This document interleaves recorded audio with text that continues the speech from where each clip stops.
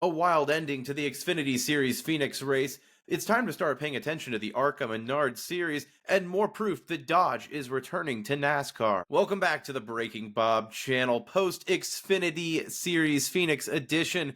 Oh my goodness, what an ending there. We'll jump into it all here. If you're new though, hit that subscribe button. Always talking NASCAR on a daily basis. We'll have full coverage of the Phoenix Cup race tomorrow.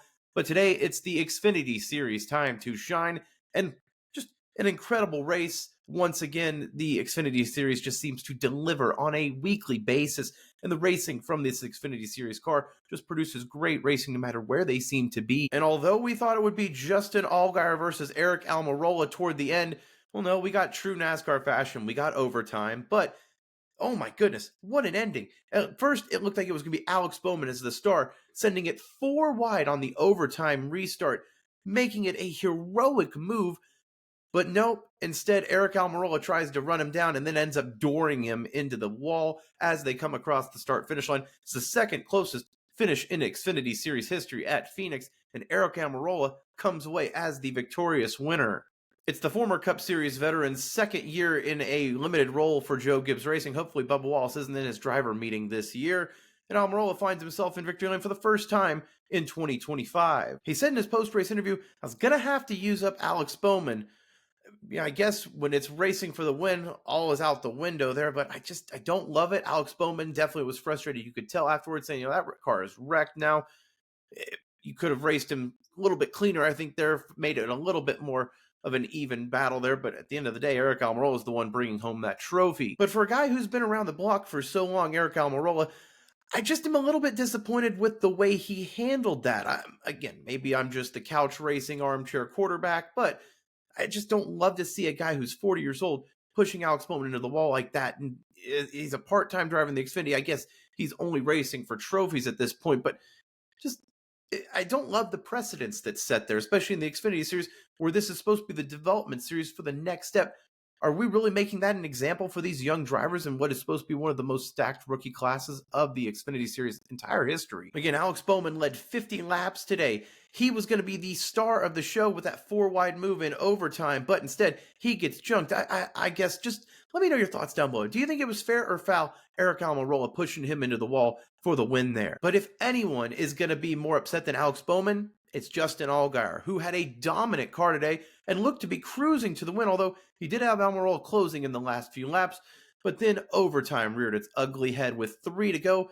Of course, little angst for the field there as the Vans Warped Tour car brought out the caution late and caused overtime. And well, Justin Allgaier had control of the race, it looked like, but cooking it into turn 2, went up the track and pinched everyone, sending it 4 wide where Bowman could make it possible to take the lead. That was Justin Allgaier's race to lose, and unfortunately for him, he's done it once again. Although he won the championship last year in 2024. This stat sounds crazy, but Justin Allgaier has led 392 laps at Phoenix since his last Xfinity win back in 2019.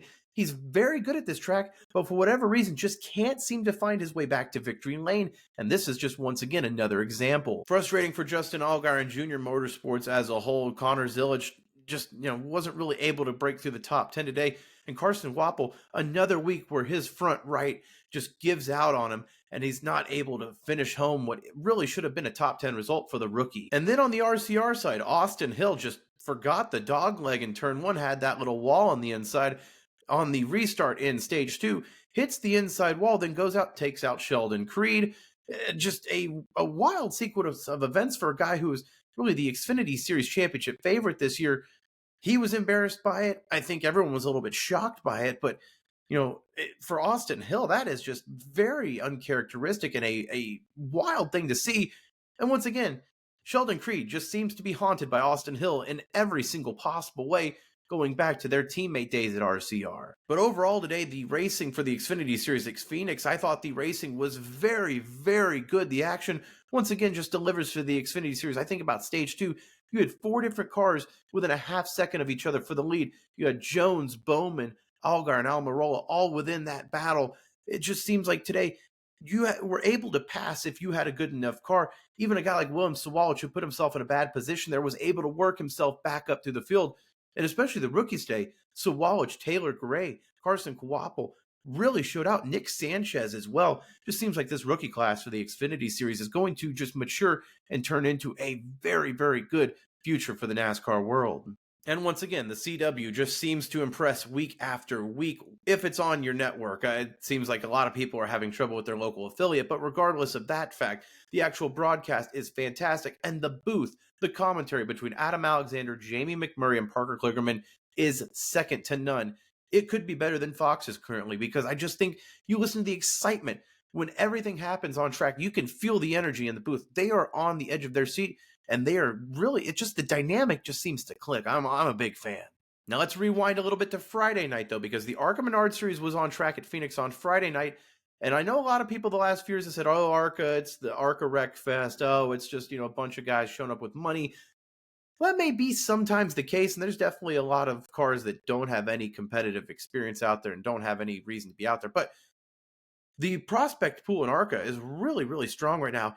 And you look at that last lap, ARCA definitely reared its ugly head showing that overtime restart. They had a double overtime, 1-lap restart. But the battle between Brendan, Butterbean Queen, and Brent Cruz was fantastic. And you got them battling to the line there. Cruz, on further replay, did give Butterbean a little bit of a bump into the wall coming out of turn 4. But Brett Cruz, the Toyota Racing development driver, gets his first pavement win in the ARCA Menard Series. Of course, Butterbean won the Daytona opener in ARCA. Plus, you've got Corey Day, who actually finished a lap down. He's this highly touted prospect in the Hendrick pipeline.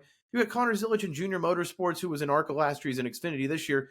But Cruz is one of these prospects that I think has kind of flown under the radar a little bit on the Toyota side, but he can drive. And you saw it last night on that restart there, staying with Butterbean, staying on his inside, and then was able to make that pass right before the start-finish line to take his first pavement win, like I said, in ARCA. It just seems like right now the pipeline is so strong in NASCAR. There's so many young pipeline prospects that right now ARCA is actually something that I think if you're really a fan of the sport, you might need to start paying more attention to, because there is so many good talent in the motorsports community right now.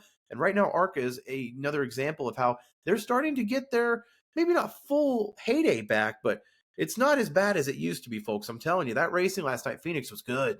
And finally, before we get out of here, I teased it at the beginning of the video. I haven't done anything on the channel yet about this news, but NASCAR's always talked about this fourth OEM that's hypothetically out there. Honda, Honda, Honda. I've even bought into the Kool-Aid. No, that's actually going to be Dodge, apparently. Seems like that rumor's been out there the last few weeks.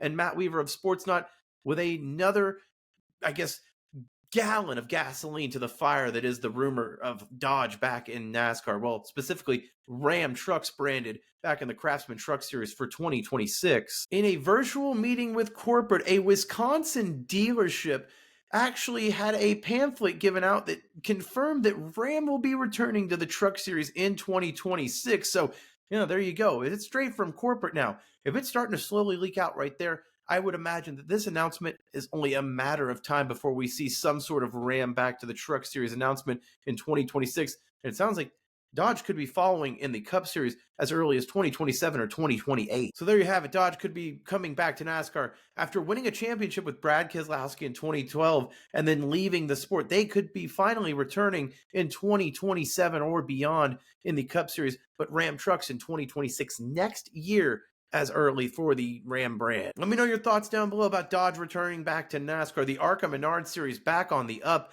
and of course that Xfinity finish. Was it fair? Was it foul?